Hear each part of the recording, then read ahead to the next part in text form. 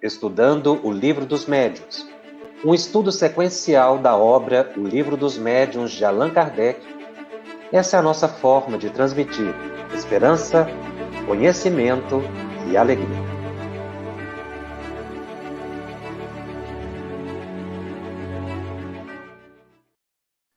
Olá, estamos iniciando mais um programa da série Estudando o Livro dos Médiuns aqui pela FEB TV.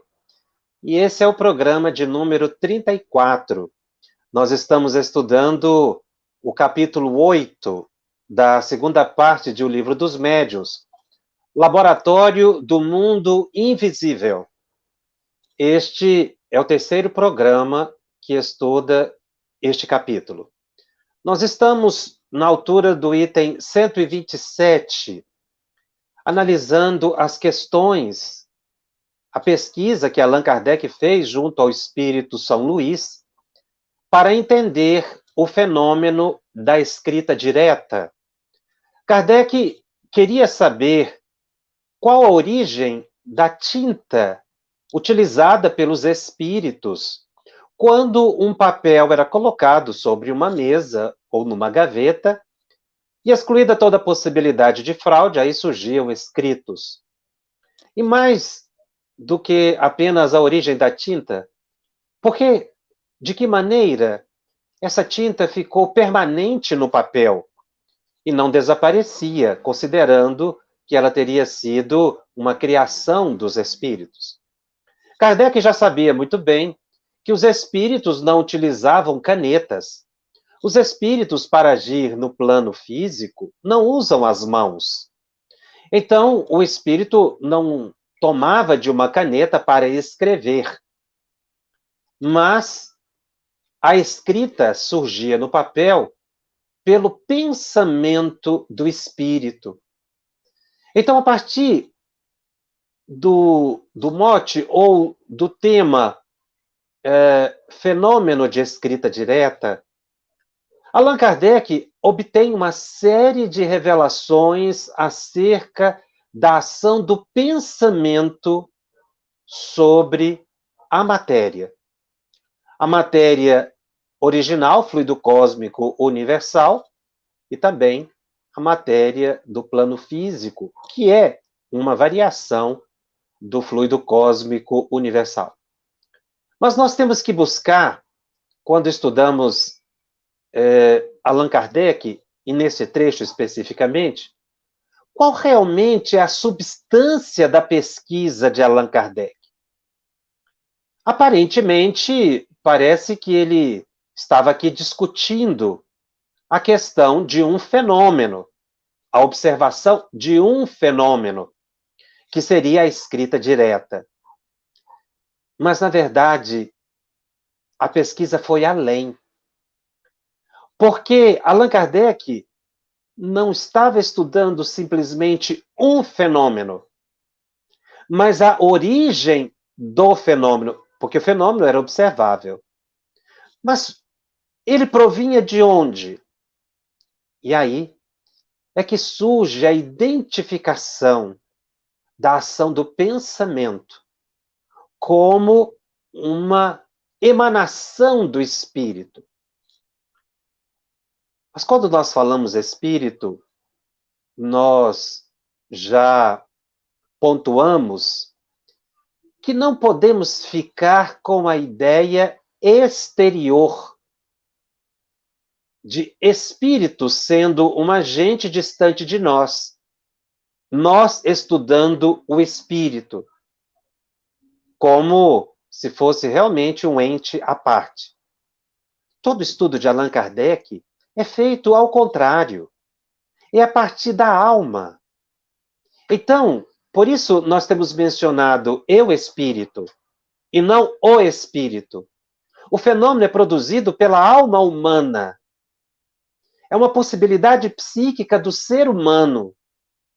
E não simplesmente a observação de um evento exterior ao ser humano, mas uma produção fenomênica psíquica do ser humano. Allan Kardec, aí, já na questão número 14, nós fomos até a questão 13 no programa passado, Kardec indaga os objetos que, pela vontade do espírito, se tornam tangíveis, ou seja, podem ser tocadas, poderiam permanecer com esse caráter e tornarem-se de uso? Lembre que Kardec estava querendo saber por que a tinta não desaparecia, uma vez que ela era uma criação psíquica dos espíritos.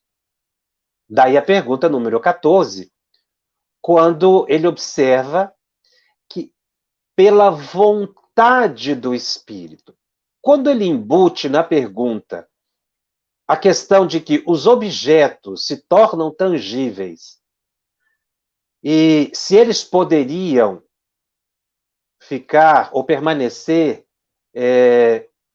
com esse caráter, podendo ser tocados, observados, e até mesmo serem de uso da pessoa, mas quando ele embute na pergunta a questão da vontade do espírito, ele já está partindo de um pressuposto de que é a mente do espírito capaz de fazer com que um objeto se torne permanente.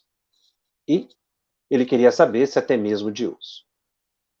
E São Luís responde que sim, isso poderia acontecer. No entanto, isso não se faz. Ou seja, criar um objeto para que se torne de uso comum estaria fora das leis divinas. Por isso, é impossível. Aqui nós poderíamos imaginar um aparelho do mundo espiritual que poderia ser materializado e utilizado no plano físico. Segundo São Luís, isso seria impossível, porque estaria fora das leis de Deus, embora o aparelho pudesse ser criado. A questão número 15, Kardec indaga: tem todos os espíritos no mesmo grau o poder de produzir objetos tangíveis? Quando ele coloca aqui na pergunta, tem todos os espíritos no mesmo grau? Esse ponto no mesmo grau, ele está se referindo à questão número 100 de O Livro dos Espíritos, que é a chamada escala espírita. Ele menciona na introdução desse livro que seria muito útil repetir no Livro dos Médiuns a questão da escala espírita, mas ele deixou de fazê-la, embora ele remeta o leitor a todo instante essa escala espírita. O que é a escala espírita? Na verdade, ele observou que os espíritos têm evoluções diferentes, conhecimentos diferentes uns dos outros. Uma sociedade, assim como as pessoas. Nós temos pessoas de maior conhecimento e as pessoas desprovidas de maior conhecimento. Pessoas de elevada hierarquia moral e outras nem tanto assim. Então, todas as vezes que Allan Kardec analisa a questão dos espíritos, ele remete à observação da categoria. Agora, ele fala em graus, em faixas, não é? Evolutivas. Porque nós não estamos todos no mesmo patamar, mas podemos ser classificados numa mesma faixa. Espíritos inferiores, espíritos superiores, espíritos puros. Embora dentro dessas categorias exista uma variação praticamente infinita. Então ele perguntou, tem todos os espíritos no mesmo grau o poder de produzir objetos tangíveis? E São Luís responde, é fora de dúvida que quanto mais elevado é o espírito, tanto mais facilmente ele consegue. Óbvio, os espíritos superiores e os espíritos puros, sobretudo, eles detêm todo o poder.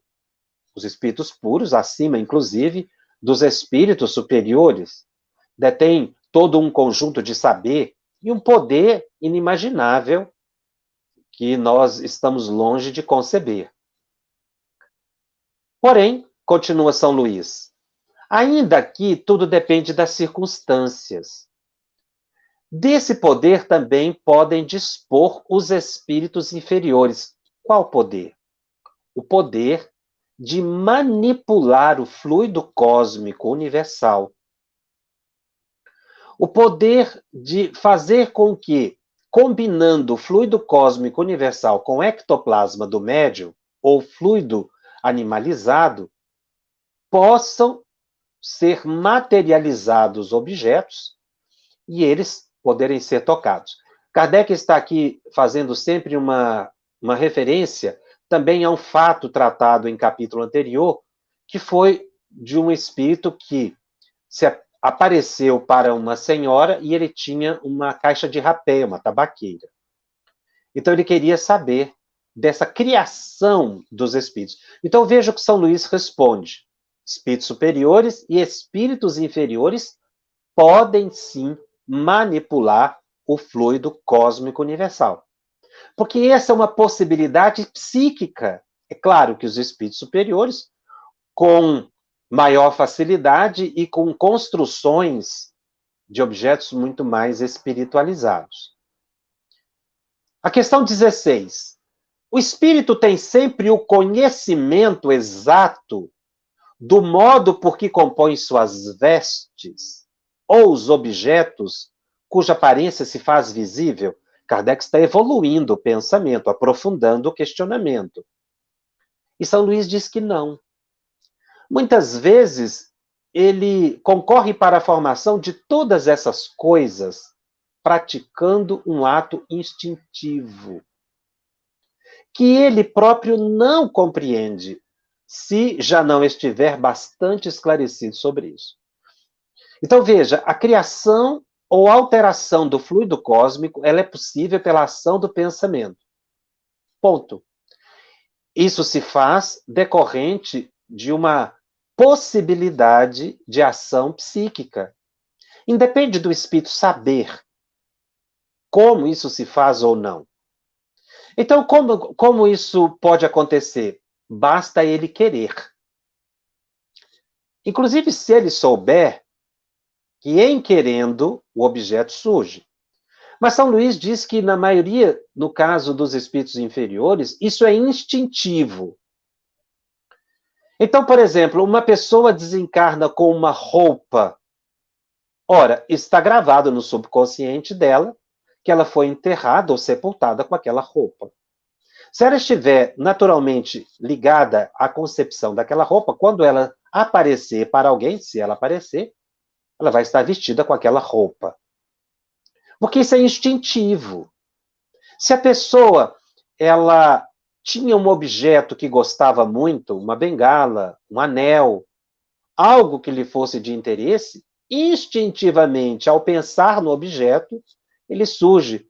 Então, não é um processo de elaboração extremamente complexo. É simples, porque basta pensar. Obviamente, nós estamos falando em construções singelas também, simples também, e não construções muito complexas que estariam fora da capacidade do espírito. Mas São Luís diz que existem espíritos que já sabem que podem, mesmo inferiores. Inferiores para o bem e inferiores para o mal. Na pergunta 17, uma vez que o espírito pode extrair do elemento universal os materiais que lhe são necessários à produção de todas as coisas e dar-lhes uma realidade temporária com as propriedades que lhes são peculiares, pode também tirar dali o que for preciso para escrever, possibilidade que nos daria a explicação do fenômeno da escrita direta? E São Luís diz assim, até que afinal chegaste ao ponto. Ou seja, todo questionamento, ou em todo questionamento das 17 questões, não é, dos temas elaborados, apresentados por Allan Kardec ao Espírito São Luís, o caminhar era para chegar nesse ponto, na questão da tinta. No entanto, como nós vimos, muitas revelações foram feitas. E aí Kardec faz estabelece a premissa, considerando, então, que o espírito pode extrair do elemento universal os materiais, ou seja, do fluido cósmico universal, a matéria para produzir todas as coisas, uma bengala, uma caixa de rapé, um anel, um colar, uma roupa. É daí também que ele vai tirar o material que vai dar a possibilidade de fazer com que a tinta apareça no papel e fique permanente? É isso, São Luís? Perguntou Kardec. É isso. É exatamente isso. Mas o Espírito São Luís responde até que, enfim, você chegou no ponto. O que levou Kardec a escrever uma nota. Era com efeito que aí quereríamos chegar, com todas as nossas questões preliminares. A resposta prova que o Espírito lera o nosso pensamento. Interessante, porque São Luís já havia percebido o que Kardec queria. Obviamente, era um espírito elevado. Mas por que São Luís deixou que Kardec fizesse todas essas questões e já não respondeu logo de primeira? Foi exatamente para estimular a pesquisa e a revelação de outros aspectos que o tema permite, não simplesmente de dizer que o fluido cósmico é materializável, mas, sobretudo, a ação do pensamento. Daí, nós verificarmos que o livro dos médiuns é o livro do estudo da mente, e não o livro de estudo do fenômeno. Senão, São Luís já teria respondido diretamente a Kardec. São Luís estimulou a pesquisa, a reflexão, a análise, e avaliou outros aspectos da ação humana sobre a matéria. O que levou Allan Kardec a deduções muito importantes, que ele coloca em seguida.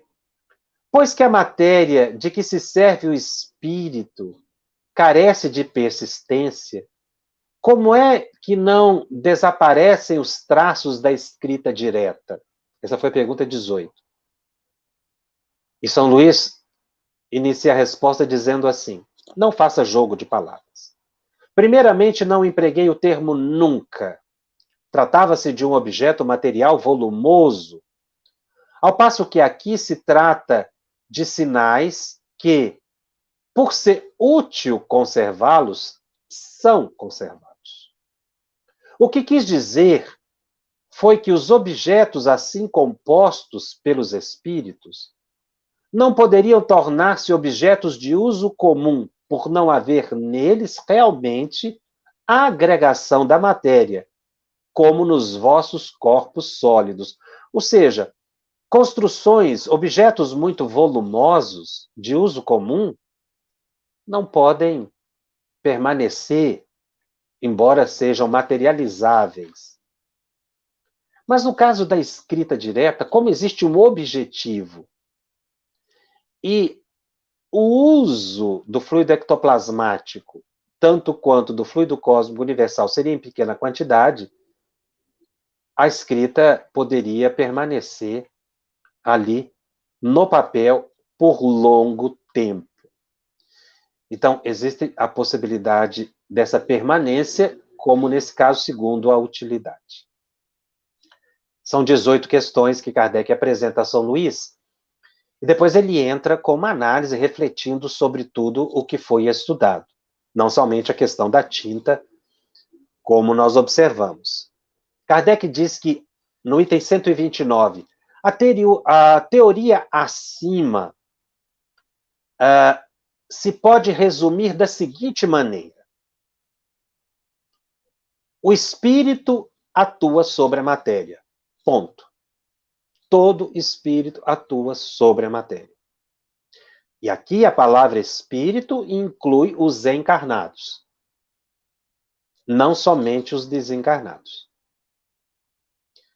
Da matéria cósmica universal, fluido cósmico universal, tira-se os elementos de que se necessite para formar, pela vontade do espírito, objetos que tenham a aparência dos diversos corpos existentes na Terra. O espírito atua sobre a matéria. Qual matéria? O fluido cósmico. Mas atua de que maneira? E aí Kardec continua. Pode, igualmente, pela ação de sua vontade, operar na matéria elementar uma transformação íntima, que lhe confira determinadas propriedades. Pode pela ação da vontade. Então, é o pensamento impulsionado pela vontade. Isso é muito importante para o estudante da mediunidade entender que a vontade está na base de toda ação psíquica sobre a matéria. Embora possa acontecer essa ação de forma involuntária, instintiva.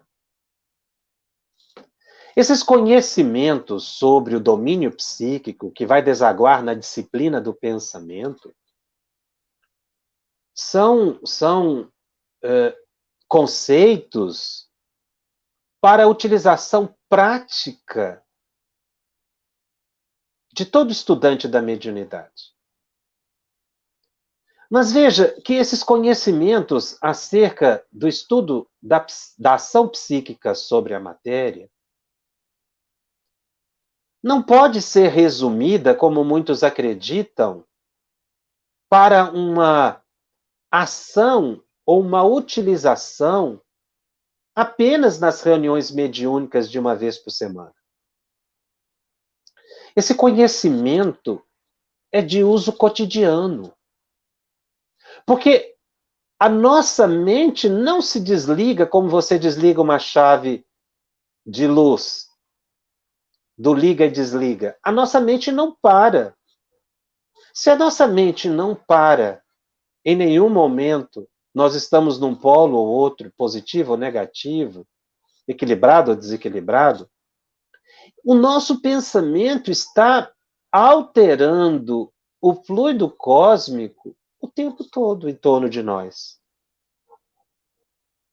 E os espíritos que convivem conosco também estão fazendo isso. O que pode nos levar a estados de harmonia ou de desequilíbrio.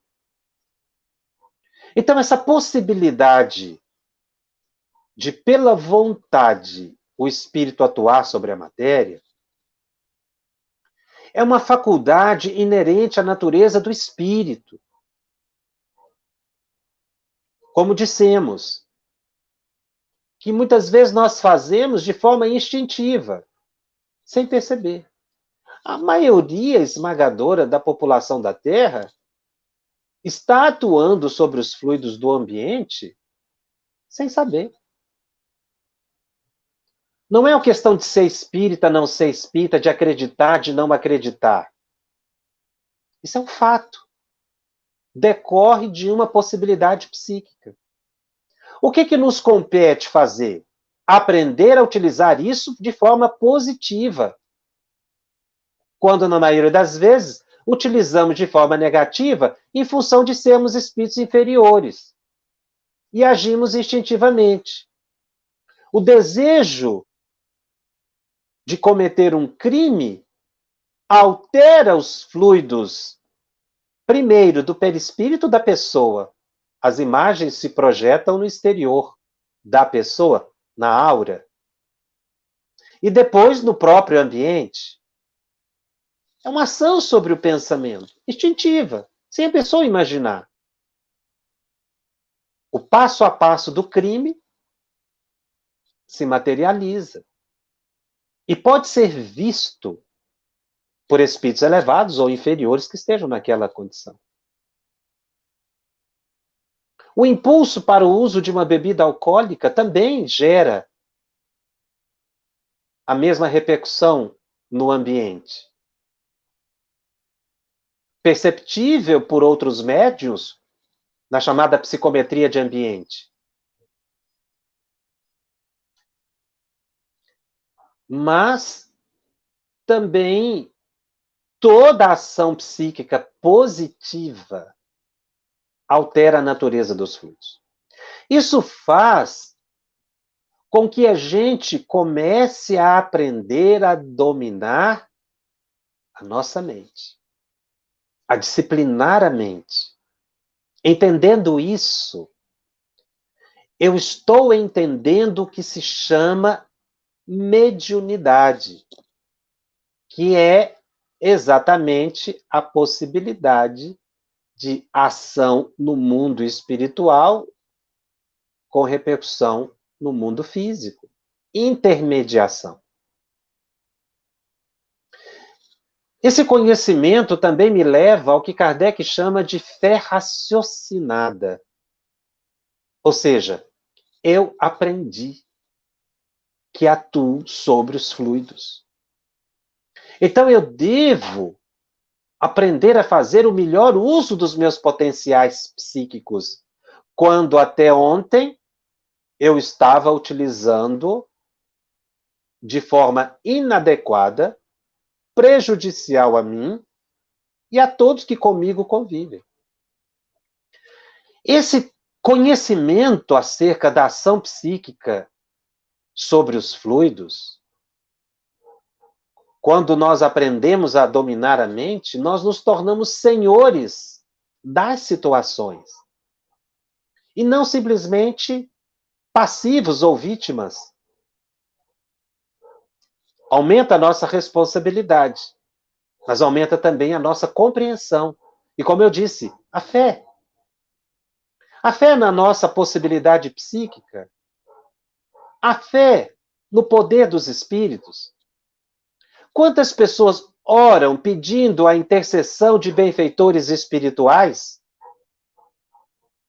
e aquilo que a pessoa pede se realiza.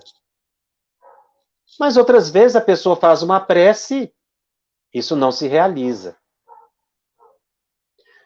E aí nós temos que entender algo muito importante. Não é que não exista poder dos espíritos para fazer aquilo que eu peço.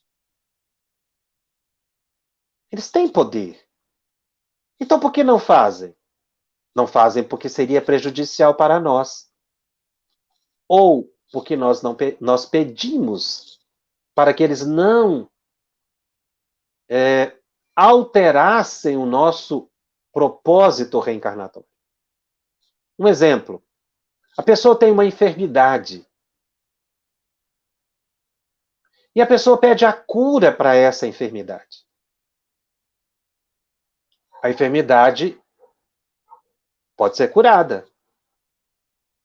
Os espíritos têm poder para isso. Nós precisamos desenvolver a fé raciocinada nesse sentido. Eles podem sim. Eles têm poder sobre toda a matéria. Senão não seriam espíritos superiores, sobretudo os espíritos puros. Qualquer doença. No mais alto grau de complexidade. Então por que não curam? A maioria das vezes foi porque nós pedimos para que eles não interferissem nesse programa reencarnatório. Então eles estão atendendo um pedido nosso. Não é por maldade ou por desinteresse. E às vezes a gente não percebe isso e vacila na chamada fé. Entra em depressão. Deus me abandonou. Isso não existe. São leis. Então, a maioria das situações que eu passo na vida decorrem de um pedido que eu fiz para que os espíritos não interferissem. Por mais que eu pedisse, porque eu esqueci, naturalmente, o meu programa reencarnatório. Está gravado no meu subconsciente. Depois que eu desencarnar, eu vou até agradecer os espíritos por não terem alterado aquilo que eu pedi. Porque aquela foi a cura para os meus problemas e me permitiu a evolução. Então nós precisamos deixar essa visão infantil da fé crente, que crê apenas, mas que não sabe as razões das ações dos espíritos. Eu preciso desenvolver a fé raciocinada. Sair dessa infância espiritual de reclamar dos espíritos e das divindades. Eles podem. Por que não fazem? Porque existem leis. Nem tudo que eu peço é útil. Eu ainda sou uma criança espiritual, como uma criança que pede para brincar com fogo. E há casos, dizem os espíritos, que a pessoa insiste tanto em algo que acaba acontecendo. E aquilo é uma derrota para a vida dela. Porque também existe o livre-arbítrio. Então, essa explicação que os espíritos dão a Allan Kardec, de que a possibilidade de ação dos fluidos decorre também não só do instinto, mas da vontade, abre todo um panorama reflexivo para nós.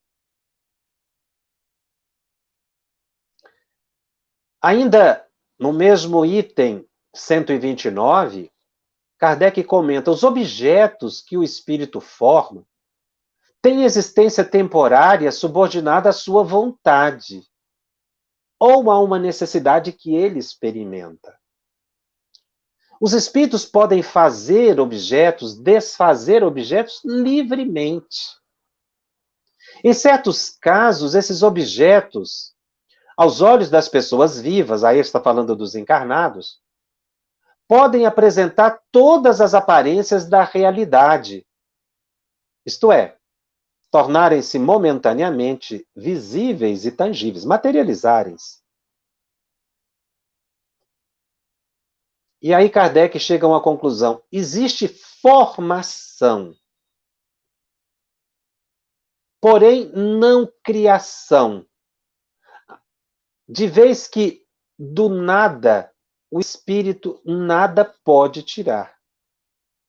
O que ele quer dizer? Que o espírito atua sobre algo que já existe, que é a matéria cósmica universal. Então ele não cria, ele modifica a natureza do fluido. Ele transforma a matéria.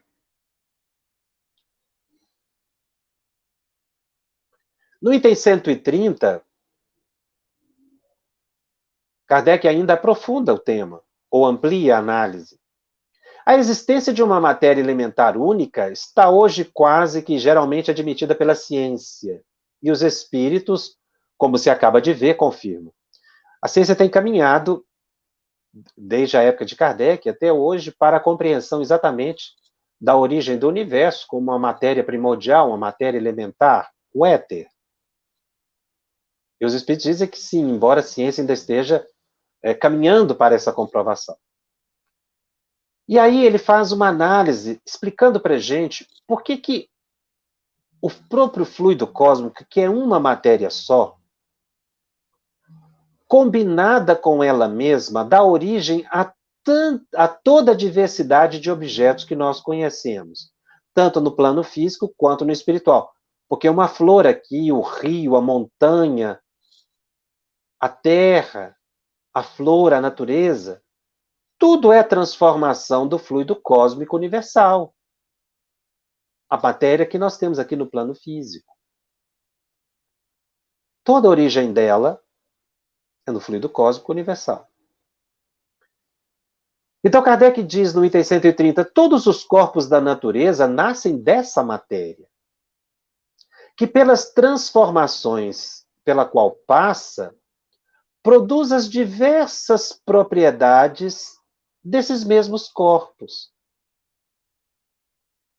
Daí vem que uma substância salutar, que nós conhecemos aqui no plano físico, pode, por simples feito de modificação, tornar-se venenosa. É o que a química mostra todos os dias através da manipulação das substâncias. Todas as pessoas sabem que, combinadas em certas proporções, duas substâncias podem dar origem a uma outra. Duas substâncias inocentes podem dar origem a uma substância deletéria. venenosa. E aí Kardec dá um exemplo básico. Uma parte de oxigênio e duas de hidrogênio, ambos inofensivos, formam a água. É a fórmula H2O, ou seja, dois átomos de hidrogênio e um de oxigênio forma a água líquida, né? Sólido, vaporosa, forma a água que nós conhecemos, que tem a fórmula química de H2O. Dois átomos de hidrogênio e um de oxigênio forma uma molécula de água. No entanto, diz Kardec, se você juntar mais um átomo de hidrogênio a essa molécula, você vai ter uma substância corrosiva. Aí a fórmula que seria H2O, ou seja, dois átomos de hidrogênio e um de oxigênio, passa a ser H2O2, ou seja, dois átomos de hidrogênio, dois átomos de oxigênio, formam uma outra molécula. O átomo é o mesmo, não é um átomo diferente. Tem um núcleo, tem os elétrons, nessa visão clássica de átomo. Não é?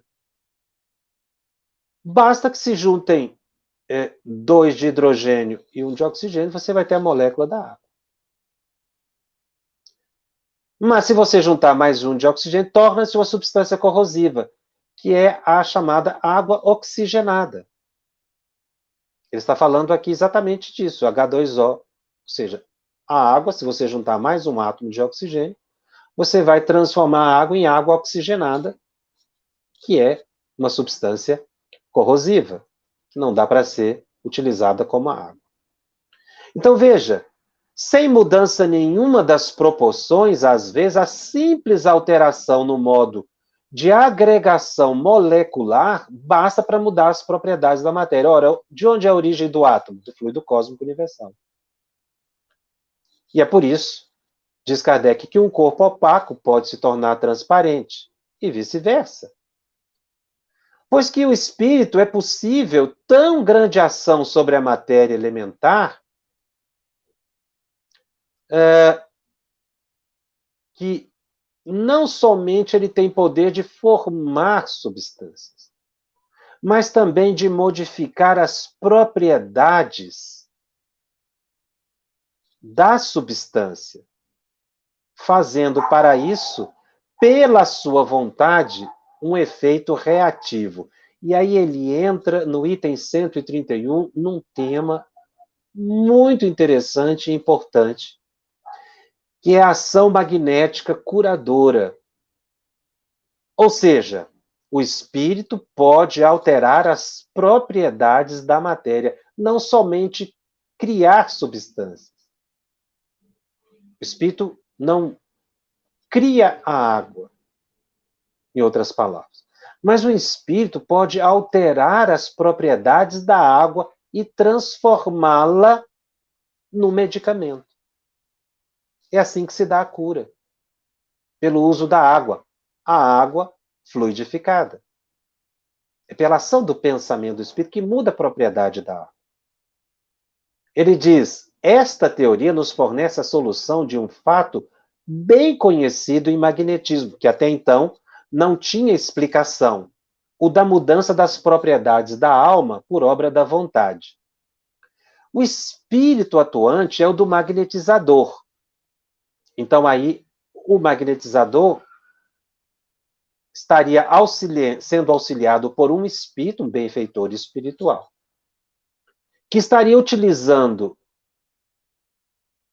o fluido animalizado do magnetizador, juntamente com os fluidos espirituais e alterando a propriedade da água. O magnetizador aqui, não é? Na dimensão espírita, é o aplicador do passe. Todo aplicador do passe é o magnetizador. Essa é uma questão de palavras. A não ser que a pessoa queira fazer a magnetização sem a presença dos espíritos. Não é? Que, inclusive, era a ideia que se tinha de magnetismo à época com Mesmer.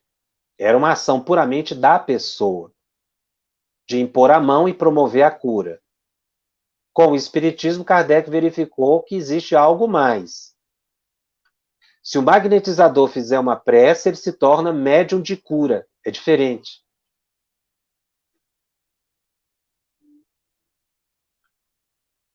Então, Kardec analisa, ele opera uma transformação para o meio do fluido magnético, que, como dissemos atrás, é a substância que mais se aproxima da matéria cósmica. O fluido magnético, ele realmente, São Luís faz uma comparação, dizendo que seria, aqui na Terra, o que mais se aproximaria da origem primitiva do fluido cósmico. Ora, continua Kardec, desde que ele pode operar a modificação nas propriedades da água, pode também produzir um fenômeno análogo com os fluidos do organismo. Veja onde Kardec entrou. Nosso corpo tem uma quantidade de água imensa. Ora, se um espírito pode mudar as propriedades da água, ele pode também modificar a bioquímica da água do nosso organismo. E é daí que surge o efeito curativo da ação magnética, ou seja, da aplicação do passe.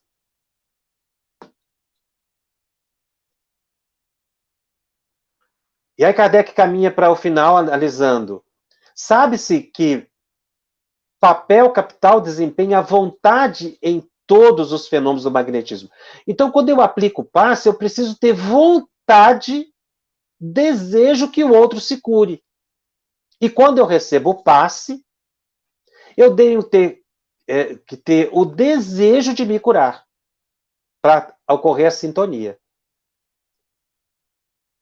Porém, como se há de explicar a ação material de tão sutil agente? A vontade não é um ser, uma substância qualquer. Não é sequer uma propriedade da matéria mais etérea que existe. A vontade, define Kardec, é atributo essencial do espírito, isto é, do ser pensante. A vontade é um potencial, é uma característica que todos nós temos e que precisamos aprender a utilizar de forma positiva. Porque muitas vezes a gente só tem vontade negativa. Com o auxílio dessa alavanca vontade, é que o espírito atua sobre a matéria e, de consequência, provoca reação nas propriedades íntimas e assim transformá-las. Então, nós verificamos que a atuação do espírito sobre a matéria é pelo pensamento. É claro que no momento de transformar a água em um medicamento, alterando a propriedade da água, ou transformando o metabolismo orgânico, porque é uma ação sobre os fluidos corporais, o líquido, né, que compõe o nosso organismo, isso se dá pelo pensamento. É pelo pensamento. Esse estudo retira da cura espiritual a mística que muitas vezes se coloca em torno dela. Qual mística? A da imposição das mãos, por exemplo. A dos gestos, que eu preciso impor a mão aqui ou fazer movimentos circulares, longitudinais. Isso não é necessário. Por quê? Porque a ação é psíquica. Não só do aplicador do passe ou magnetizador, mas do espírito, que sabe como fazer isso. Que às vezes o magnetizador não sabe, nós encarnados não sabemos como alterar a propriedade da água. A gente sabe que se fizer uma prece e desejar que ela se transforme em medicamento, ela vai se transformar. Mas como isso acontece? Só os espíritos sabem. Então, se eu impuser a mão ou não impuser a mão, e a pessoa tiver o merecimento e eu tiver a vontade, A água se transforma em medicamento e ocorre a cura no corpo físico da pessoa. O que Kardec está dizendo? Ele disse isso o tempo todo. Tudo é pelo pensamento. Não é preciso de ritual. Isso também faz nos libertar de determinados instrumentos. Por exemplo, existem pessoas que ainda quando vão orar, utilizam vela. Onde é que está o poder da oração? Na vela ou na vontade da pessoa, no pensamento? No pensamento. Qual é a função da vela? Nenhuma. Mas tem pessoas que acreditam na vela. Quando, na verdade, ela pode ser um elemento que estimula a fé da pessoa. Mas a gente precisa aprender a se libertar da matéria. Daí nós, espíritas, aprendermos na prática mediúnica a nos libertarmos de misticismos, de exotismos, que tem que ser feito assim ou daquela maneira. Não, é tudo pelo pensamento. Então isso começa, Kardec começa aqui a desconstruir uma série de teses que existia à época, que eram precisos de rituais para se obter a intercessão dos espíritos no plano físico. Isso não existe, nunca existiu.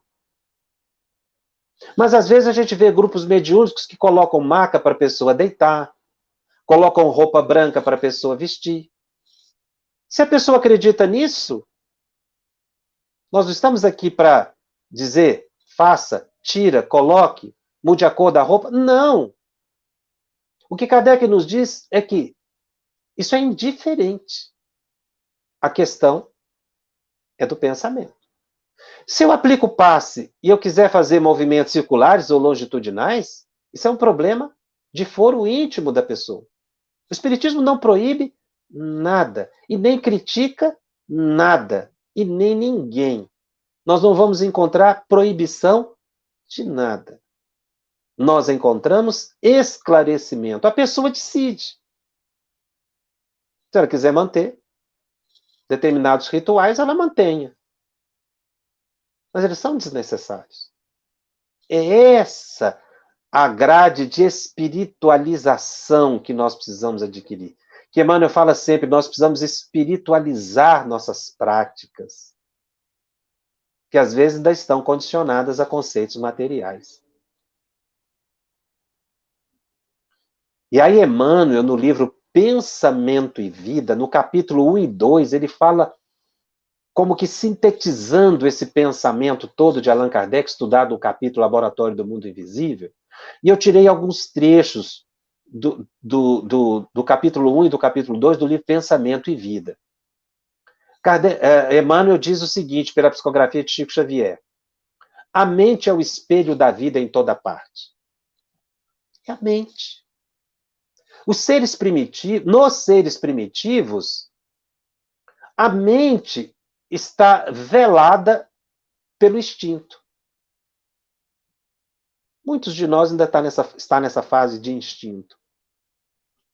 Por isso é tão difícil se libertar de determinadas práticas materialistas. Porque a evolução não dá salto. E é por isso que a gente tem que respeitar também essas práticas. Interior. O Espiritismo nunca estabeleceu preconceito para dizer-se melhor do que outras doutrinas ou práticas. Esclarece. Já nas almas humanas, o pensamento surge entre ilusões que salteiam a inteligência.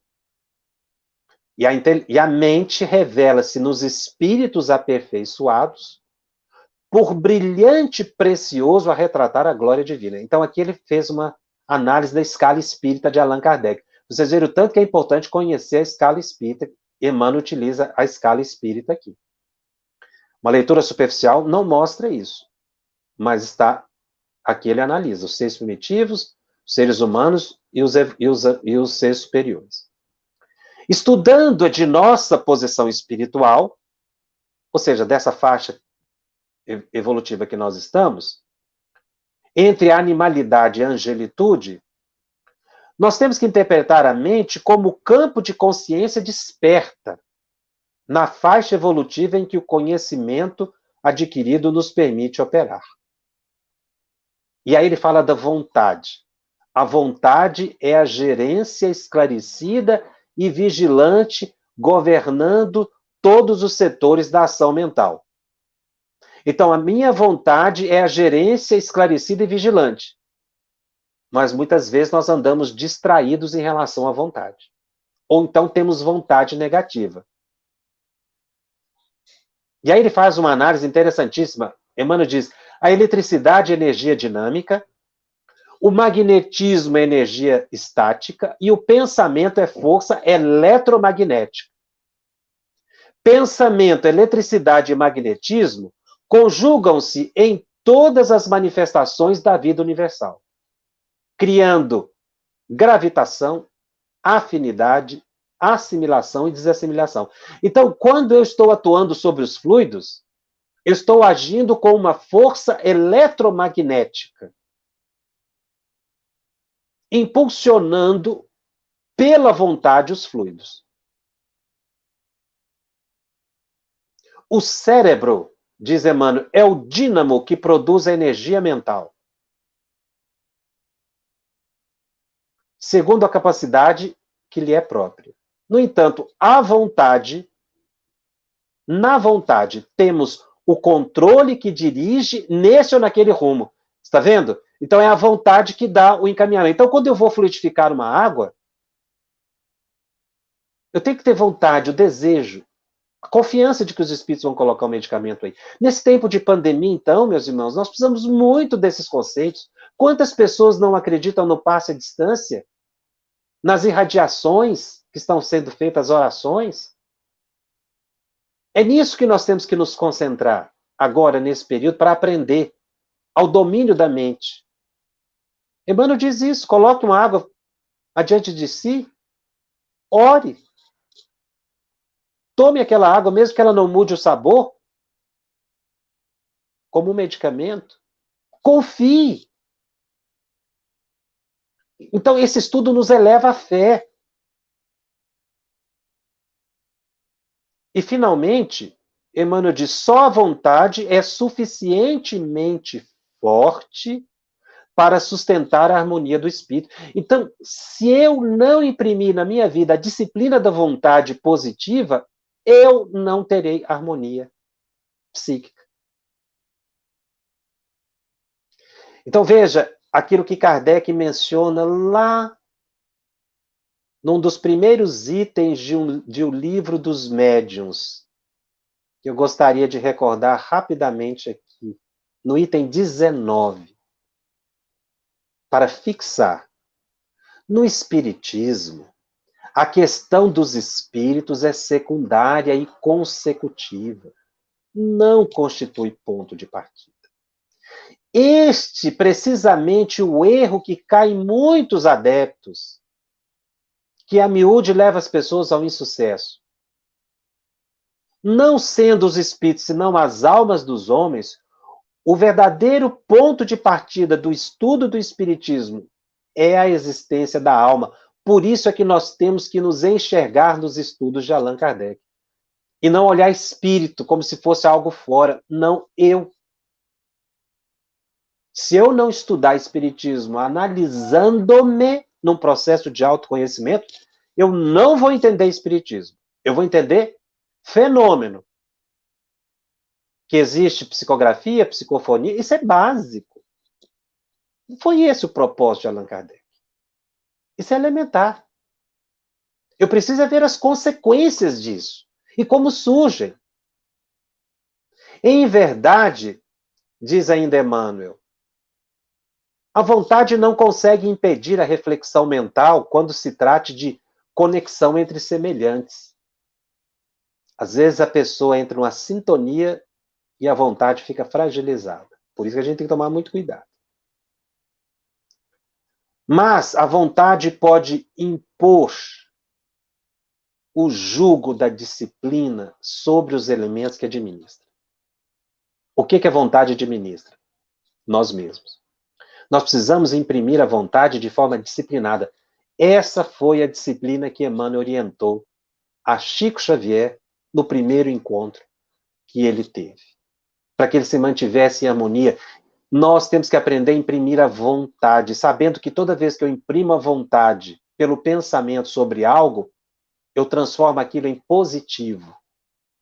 Altero os fluidos, posso promover a cura em mim, no próximo, pela oração, pela fé. Então veja que aqui, repito, nós aumentamos o nosso processo de compreensão da ação eletromagnética da mente sobre os fluidos. Aumentamos a compreensão do processo e confiamos mais na misericórdia divina.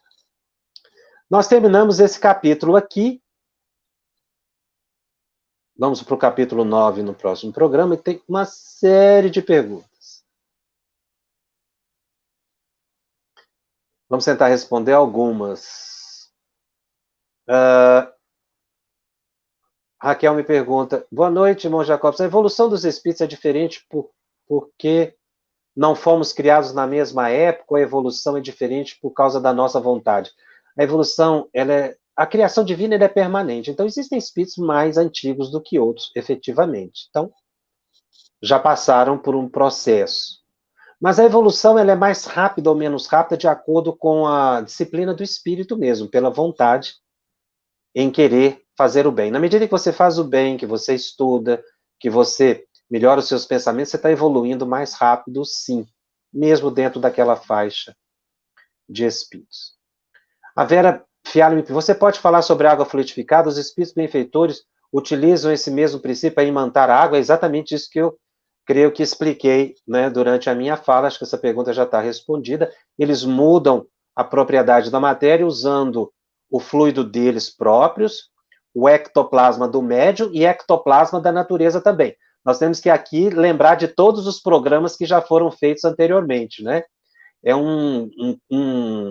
O conhecimento, ele é um edifício que vai se construindo. A Maria Socorro Moreira nos pergunta,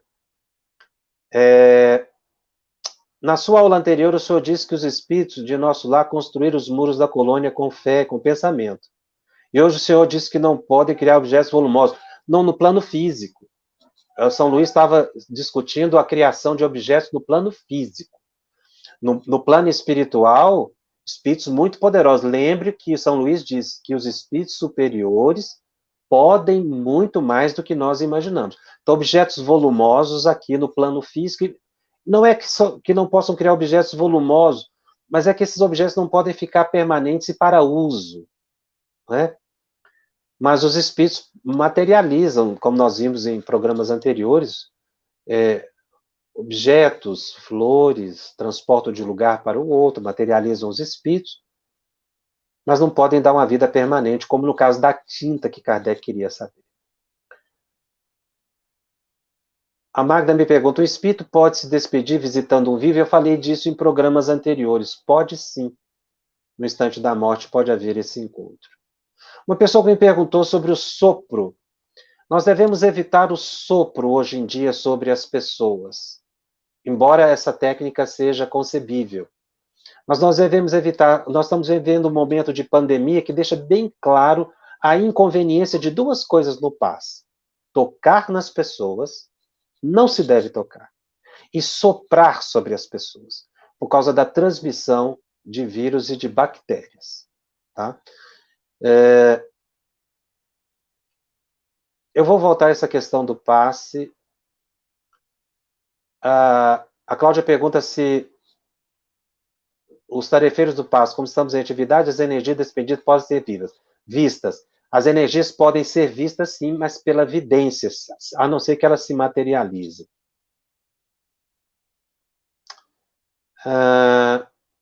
Não queremos pedir cura, somente agradecer. Quando o pedido não se realiza, é porque não somos merecedores. Não é que não somos merecedores, às vezes a gente não pediu para que não tivesse a cura. Meus amigos, então, vamos fazer essas perguntas no Telegram, todas as que estão aqui, coloquem lá, tá? Tem perguntas interessantíssimas. O pensamento da mulher grávida pode alterar na saúde do filho? Sim, claramente sim. Inclusive, obter a cura da criança. Nos livros de André Luiz, há várias situações em que espíritos dão passe. Eles não fazem por imposição das mãos. Lúcia, no mundo espiritual, a técnica é diferente daqui. Eu falei daqui. Lá no livro de André Luiz, ele fala de passe circular, eles usam as mãos, mas a ação é pelo pensamento também. Tá? Mas aí é a técnica dos espíritos, não é uma técnica prescrita para nós encarnados. Meus amigos, vamos ficando por aqui. O estudo de hoje está disponível também em podcast, no canal da FEB TV, no Spotify e nas demais plataformas de áudio streaming. Os nossos encontros semanais, eles ficam gravados e disponíveis gratuitamente. Divulgue e compartilhe para aqueles que não puderam assistir ao vivo. E se você tem dúvidas acerca de mediunidade ou gostaria de ficar atento à programação da FEB TV, acesse o nosso grupo no Telegram, @FebTV_Médiuns. Participe do nosso grupo, faça sua pergunta lá. Se você deseja encontrar todo o conteúdo estudado nesses 34 programas, estão todos reunidos no site febtv.com.br/médiuns. Você vai encontrar lá, inclusive, as respostas que foram feitas até hoje no Telegram. E, finalmente, seja padrinho da FEB TV. Ajude a manter esse e outros estudos acessando febtv.com.br, mantendo esses programas no ar. Você ajuda a manter a luz da esperança, do conforto e da alegria em todos os lares. Eu fico por aqui, eu te aguardo na semana que vem. Até lá. Estudando o Livro dos Médiuns. Um estudo sequencial da obra O Livro dos Médiuns de Allan Kardec.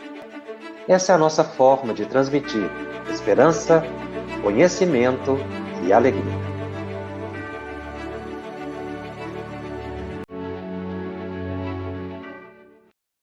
2020, sem sombra de dúvidas, foi um ano totalmente desafiador para todos nós e também para todas as instituições do mundo, e não foi diferente com todo o movimento espírita. Mas graças à FEB TV, os nossos congressos virtuais, webinários e muitas palestras e grupos de estudos chegaram às nossas casas, através dos nossos smartphones, tablets, computadores ou na tela da nossa TV.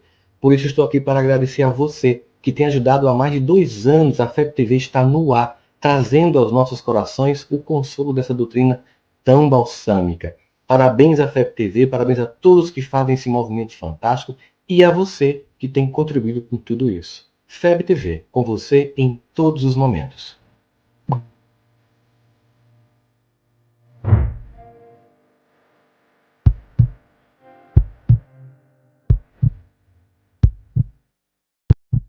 Conheça a Federação Espírita Brasileira, que busca mostrar quem ela é. O trabalho realizado por meio desta instituição centenária, trazendo você para dentro da nossa casa. Como surgiu a Federação Espírita Brasileira? De Augusto Elias, o seu fundador, aos dias de hoje, o que ocorreu? Quem foram e quem são os vultos que fizeram e fazem parte desta história? Qual a relação de nomes como Chico Xavier, Bezerra de Menezes, Ivone Pereira com esta instituição? Qual a sua missão? Como ela atua na formação do homem de bem? Apresentaremos a Federação Espírita Brasileira em formato dinâmico com vídeos, depoimentos, postagens históricas, áudios. Conheça e faça parte desta família.